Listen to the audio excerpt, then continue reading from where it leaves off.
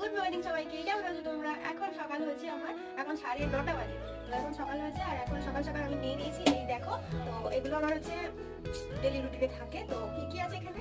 একটা বিট, একটা গাজর আর দুটো আমলকি। আমি একটা খাবো, এই ছোটটা আমার জন্য আর এটা মায়ের জন্য। এই দুটো আমি এখন রস করবো, মানে এই তিনটে মিক্স করবো আর এই একটা মাকে দেবো, মা খাই।